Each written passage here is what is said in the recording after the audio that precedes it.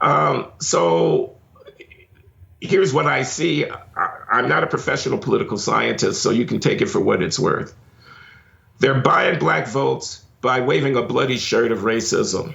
That's what they're doing. They're selling this idea that George Floyd's death was yet one of another racist state killing of black people. There's open season, as Ben Crump says in the title of his book, on black people. Now, black people, be afraid, be very afraid.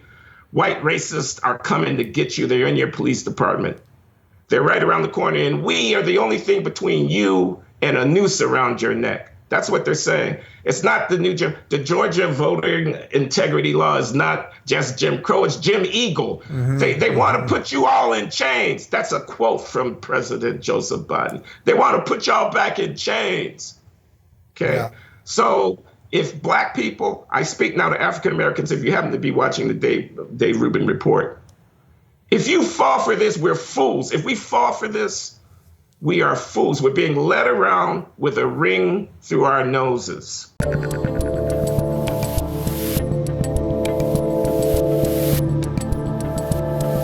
right, so let's move on to some of the other things. Well, first off, according to my paperwork here, you're black. Is that?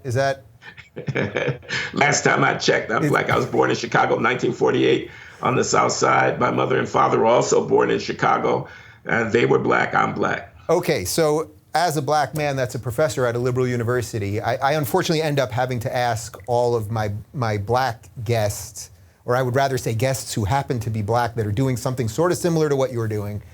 Can you just talk a little bit about the type of treatment you get, not from some of the good students, but just sort of, from the, say, anti-racist crowd, because they're not that thrilled with you? I'm probably the wrong guy to ask. I mean, I'm 72 years old, okay?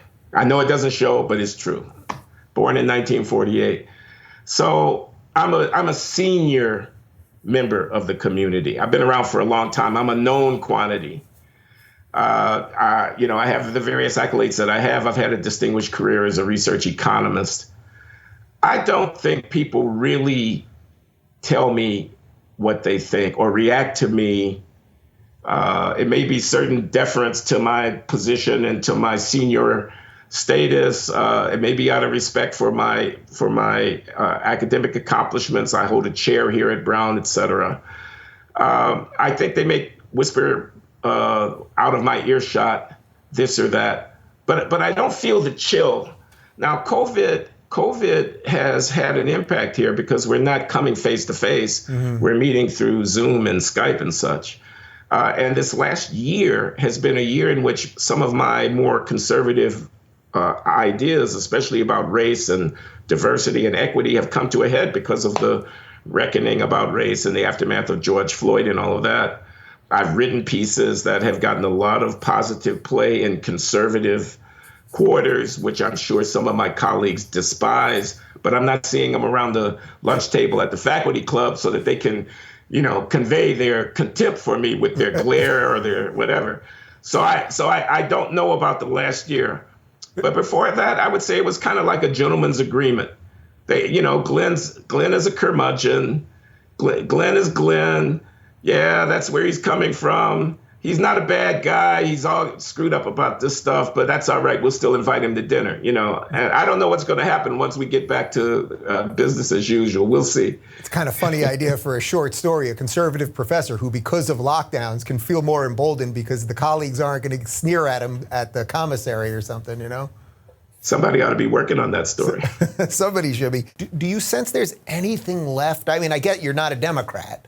I haven't heard you say you're a Republican, but I get you're not a Democrat. I'm a registered independent who's, playing both sides of the street, so to speak. But I'm not very happy with where the Democrats are right now. Yeah, I mean, is there anything left there that is in line with the ideas that you believe in, that you think is in line with the ideas of Martin Luther King? The Democrats are nothing without the black voting 95%, 90% for their candidates. They would lose control of everything without the South. Biden wouldn't be president today if James Clyburn were not able to corral enough black votes in South Carolina's Democratic primary to get him out of the hole.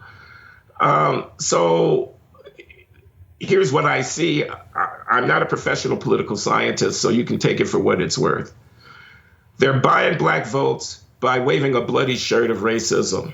That's what they're doing. They're selling this idea that George Floyd's death was yet one of another racist state killing of black people. There's open season, as Ben Crump says in the title of his book, on black people. Now, black people, be afraid, be very afraid. White racists are coming to get you. They're in your police department.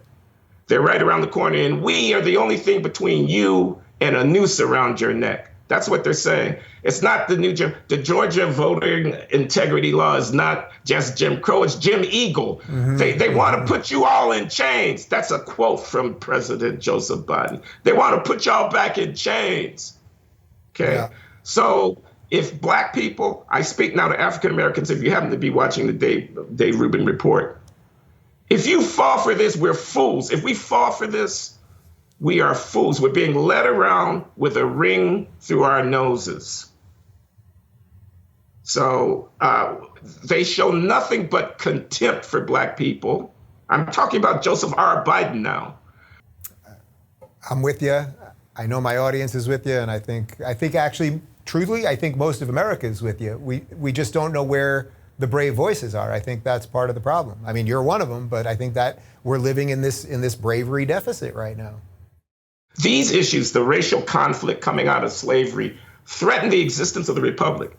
600,000 people in a country of 30 million were slaughtered on the battlefields of the Civil War, the consequence of which was the emancipation of the African slaves. Here we are now 150 years later, and the descendants of those slaves are citizens of the freest, richest, and most powerful republic in the history of the world. Man, Glenn, you want to run for president? I got it. You're 72, but come on. That's young for a president these days.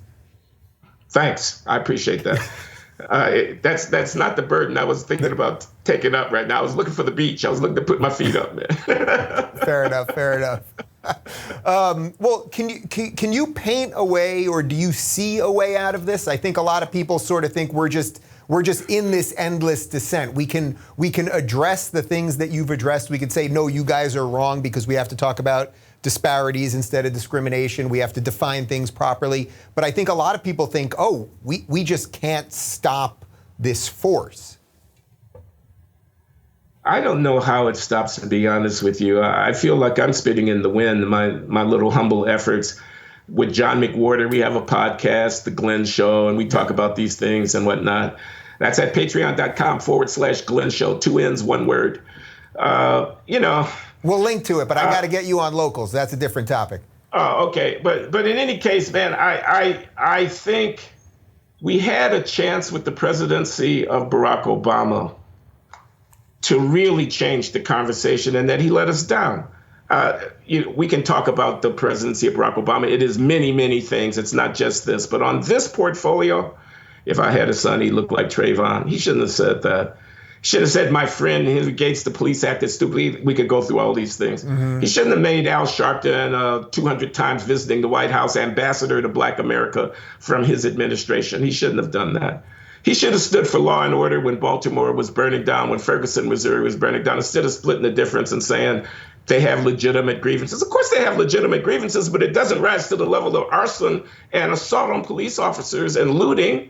That's unforgivable. That cannot be tolerated. I don't care what their grievances are, and he should have said so.